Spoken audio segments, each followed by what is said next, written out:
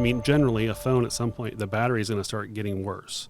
Yes, that is inevitable. Yeah, and they used to be phones lasted long enough that you might have to get another battery. But now the phones just don't last at all. So they make the phone so after a couple of years, you have to buy a new one. Yeah.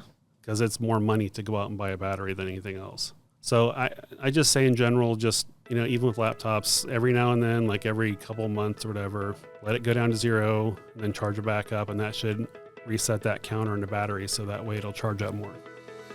Welcome to Connected Conversations, the official podcast of Kosciusko Connect. Kosciusko Connect is a subsidiary of Kosciusko REMC. Since 2021, we have been providing lightning-fast, reliable, fiber-to-the-home internet service to rural portions of northern Indiana.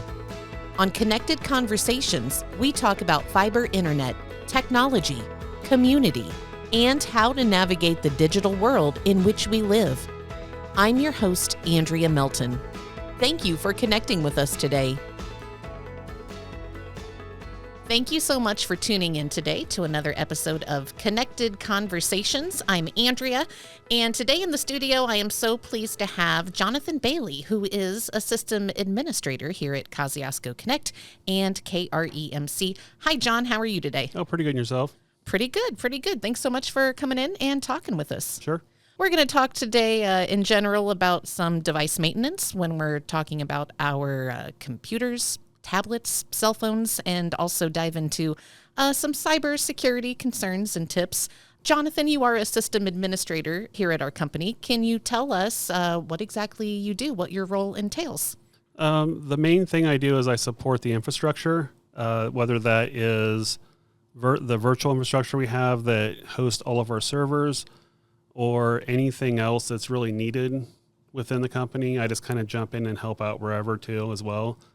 I ended up doing quite a few projects this year, so looking forward to more stuff coming down the line. Very good. Well, I thought being that you were the IT guru, you would be a great person to have in for this topic to talk about our devices, how to take care of them, and how to protect them and our home networks. So let's dive in. What would you say are some basic maintenance steps that every device owner should perform regularly if we're talking about our computers and cell phones? I'll start off with the mobile devices first. With like your phones and or like iPads, the best thing to do every now and then is just to close all your apps. That'll help with the memory and help with speed.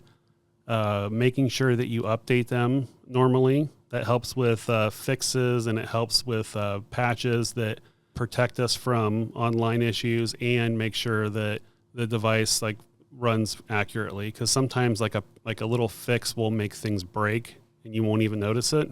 So it's a good thing just to keep that stuff going. On computers, I would say the best thing to do is to try to make sure you clean out your old data. And that also applies to your tablets and phones as well too. Okay, so old photographs and media, documents, really anything? Anything like that. If you can do cloud storage, it's better to push it up to the cloud and not store it on the device. That allows it to run better. On a laptop, it's good to make sure you clean that out because most laptops people buy don't have a lot of space in them. Okay. So as those pictures build up, things slow down. And once they get to a point to where there's hardly any space left, the computer actually uses some of the memory and buffers it to your hard drive. So when that fills up, it just runs slow. Okay. And then we have different options when it comes to backing up some of that stuff. So you might put it on like a USB device or an external hard drive or keep it on the cloud. Yep, keep it on. And a lot of times now with the cloud, you can actually do it pretty cheap. You can do it like a very cheap monthly, or if you don't have like a ton of stuff, you can just go out and buy a cheap USB drive and plug it in and save it on that. Okay, very good. I give my husband a hard time because he, on his cell phone, loves to keep lots and lots of tabs open so he doesn't forget the article he was reading or what he was looking at. So is that maybe slowing down his device, all those tabs being open with all the pages? I've typically, because I do look so much stuff up all the time, like on my phone, I can end up with like 60 or more like tabs open in the browser. And it slows it way down. So when you close those down and I just shut down and reopen the app, it's much faster. Okay, good to know. So I can tell him there's a reason behind my giving him a hard time about that. Very good. What are the most common issues you see with devices that could be prevented with regular maintenance? One is like Windows updates. People that don't like update their machine regularly could be subject to getting like vulnerabilities of Windows, getting hit with that. Another thing too is, blowing out your computer regularly will get the dust out of it and make it so it runs more efficient. Okay, with like a can of air duster type of thing? Can of air. That's the best. Just, keeping like wiping the screens down and stuff. All that stuff just helps deteriorate the screens, the computers, and all that stuff. Dust is just a major invasive thing that destroys computers. Right. Okay. So keep it clean. When you talk about updating your computer, updating your software, I always kind of thought when it comes to my laptop that happens automatically, right? Sometimes you get a thing that says, do you want to do it now, restart now, or, do you want us to remind you? Do people need to be more proactive in initiating those updates? When you first get a computer, sometimes it will ask you if you want to turn on automatic updates.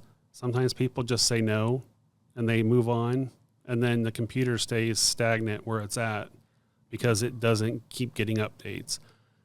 In that case, it's always better to go like to your start button and settings and Windows Update to see if those updates are getting automatically put on. If they're not, there should be like an option to turn that automatic in there.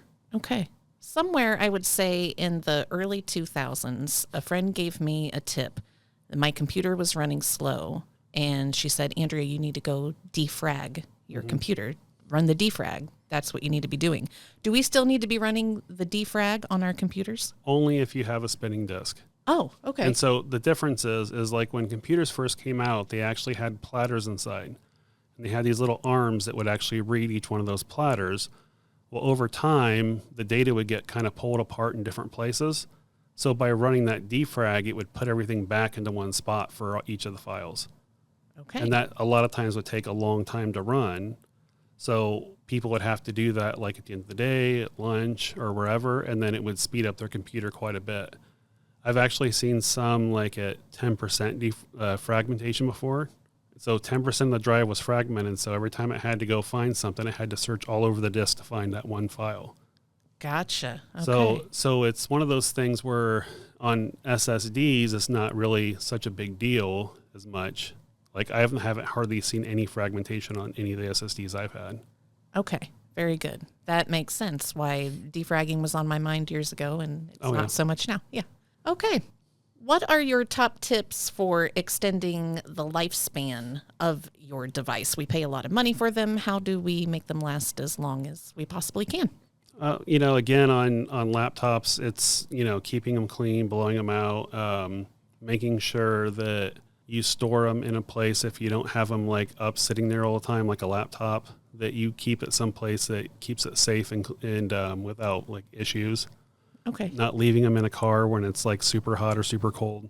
Yes, weather elements are not good. I worked at a place where one of the higher ups froze his laptop in a car. Oh my goodness. Yeah. So, you just replace it, but it's just stuff like that. For a phone or tablet, I always like to buy a decent case that protects it from fall. And I usually put a glass screen protector on, tempered glass. Mm-hmm. Not everybody believes in the tempered glass, but I've broken many tempered glasses and not the screen. So, for me, they always work. Yeah, you found value in that. Good tip. Great. And what about the battery life on our cell phones? How do we extend the battery life? The battery life on cell phones, I would say, probably could get helped a little bit if you allow them to completely run out once in a great while. Because even like on laptops, if you never allow the battery to completely go down to zero, then you end up with the battery trying to remember where it is all the time, and it ends up never allowing you to store more power than like the normal power you used to do. Right. So with phones, it should be the same way. I mean, generally, a phone at some point, the battery is going to start getting worse.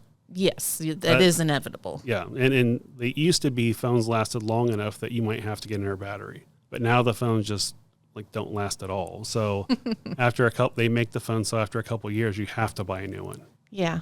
Because it's more money to go out and buy a battery than anything else. So I just say in general, just, even with laptops, every now and then, like every couple of months or whatever, let it go down to 0 and then charge it back up. And that should reset that counter in the battery. So that way it'll charge up more. Okay. Let's talk about cybersecurity. A huge issue that we all are facing day after day when it comes to the digital world, our devices. We're also ingrained into this digital world, and so much of what we do happens online, and cybersecurity affects all of us. So what are the most common cybersecurity threats that we should be aware of?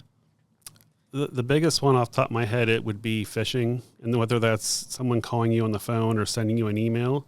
The issue with those is sometimes they are so complex in how they put those together. It's hard to distinguish between what's real and what's not real. A lot of times you can tell by looking at the from address to see whether it's actually coming from, for instance, like Best Buy, or if it's coming from some weird account that you don't even recognize. Right. And that's real easy to do. All you have to do is take your mouse and hover above where it says from, and it should tell you who it's coming from. And then if it's something you don't recognize in any regard, just delete it. Absolutely. It's disconcerting, these messages we get. I get text messages with links and things like that, that people can text your private number. The number you think is private belongs to you, and you get these messages, and it seems like it might be something you need to address, but really they're phishing attempts, scam attempts. I get them all the time for saying that I need to click on something to confirm my shipment. Right. And I'm like, I didn't buy anything. Yeah. How important are strong passwords, and what makes a password strong? Passwords are the key to most of everything you do. On a phone device or even an iPad, you can actually go in and you can set like a Face ID. And I use those too, but I will also set a pretty strong password. And what I try to do for a password, which seems to work better than trying to come up with a complex short password, is I try to come up with one that's like a phrase, like my dog has fleas, because those are much harder to break than like a short one that's like, let's say, password 123 exclamation point. Right. Because we're at the point in technology where the smaller ones can be broken easier. And if you make one that's like 14 characters or longer, it's like a sentence, then it might take like years for them to break it. Okay. So longer the better. Yep. What are your thoughts on multi-factor authentication? Should everyone be using it? If it makes sense. Where I have multi-factor authentication on my accounts that I have at home, not everybody has it available for you. I use it, and where I don't have it, and they can do texting or a one-time password through email, I use that. I always try to use an extra measure of security, so that way if I'm logging into a website or something, it just works. Like I just go in, I have my phone, I put the code in, and I'm into my account. I don't have to worry about somebody breaking into it. Right. Because if you think about it, if you have, and I won't say who it is, if you have a department store that you're constantly getting stuff from saying that your account's locked out, that's somebody trying to break into your account. Yes. And if you have your credit card on there, they could buy all kinds of stuff and have it sent. And, you would have to go to the store and work out, that it was not you and somebody else. Right. Okay. What steps can our listeners take to secure their personal devices against unauthorized access? The first thing I would say is set Face ID or set a PIN code on it. If it's a tablet or a phone, if it's something that you have like a laptop or desktop, I just set up a user account with the password. Somebody tries to get in, as long as the admin account isn't on a PC isn't set to like blank or the basic default, they shouldn't be able to get in very easily. Okay. And on PCs now, you can also encrypt your stuff. So if you know how to turn on encryption, it's probably in most Windows machines are coming with it. But if it's not, I always try to make sure that's turned on as well. Okay. Turn on encryption. I will take a moment here to remind those listening that at Kosciusko Connect, if you're on one of our fiber internet plans, we do offer Guardian Protection, which is a great add-on for only $12.95 a month added to your plan to bring you peace of mind Guardian Protection is a service that actually proactively monitors your home network. It helps protect your network. It automatically blocks those cyber threats and potential attacks.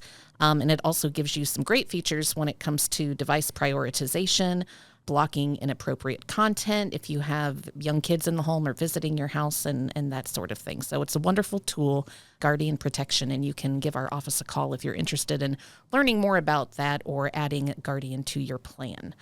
Jonathan, if somebody is interested in seeking professional help when it comes to taking care of their devices, their cybersecurity, what should they look for if they're looking for someone to really help them in that way? Well, first think of it as you're not just going out and finding somebody who knows computers. It's like somebody roofing your house or somebody doing any kind of work on your house. You're trying to find somebody who you want to trust, and you want that person who you trust with your data and your machine to be able to do a good job. So the best thing I do is look up references, look up reviews, try to make sure that person is someone that people like trust and they like. To me, that's the beginning of it, because otherwise you're just taking a guess, because any person can say they know computers and they don't. Right, absolutely. I'd say that's great advice across the board, no matter what type of professional service or help you're looking for. Check the references and make sure they know what they're talking about.